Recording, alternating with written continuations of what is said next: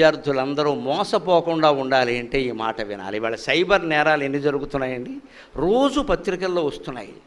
మీ అందరి చేతుల్లో స్మార్ట్ ఫోన్లు ఉన్నాయి, మీకు అందరికీ క్రెడిట్ కార్డులు డెబిట్ కార్డులు ఉన్నాయి. మీరందరూ మొబైల్ ద్వారానే వ్యవహారాలు మొత్తం నడిపిస్తూ ఉంటారు. చాలామంది అధికారులు సరే మీ విద్యార్థి దశలో కూడా ఇక్కడి నుంచి తెగ నొక్కేస్తూ ఉంటారు ఆ ఫోన్ని. కానీ అది ఎంత మోసం చేస్తుందో తెలుసా? ఏదో ఒక మెసేజ్ రాగానే నీ ఫోన్కి ₹1,00,00,000 లాటరీ వచ్చింది, అలా ఎలా నమ్మేస్తారండి? బుద్ధి లేదా? మనం చాలా మంది చేసే పొరపాటు ఏమిటి? ఓటీపీ చెప్పేస్తాం. ఎలా ఆశిస్తున్నావు? అసలు ఇంకొక ఆలోచన చేయాలండి ఎప్పుడు అసలు ఆ డబ్బు మనకెందుకు? మీ ఫోన్కి 4 లక్షలు బహుమతి వచ్చిందని మెసేజ్ వచ్చిందండి. ఎందుకు నాకు 4 లక్షలు? నా బహుమతి ఎందుకు రావాలి? నేనేం కష్టపడలేదే. కష్టపడకుండా బహుమతి ఎలా తీసుకుంటాను నేను? ఈ ఆలోచన ఉంటే అటువంటి మోసాలకు లోను కావు. మనం కష్టపడిన చోట ₹10 ఎక్కువ అడిగినా తప్పు లేదు, కానీ మనం కష్టపడిన దానికి సొమ్ము ఎలా ఆశిస్తామని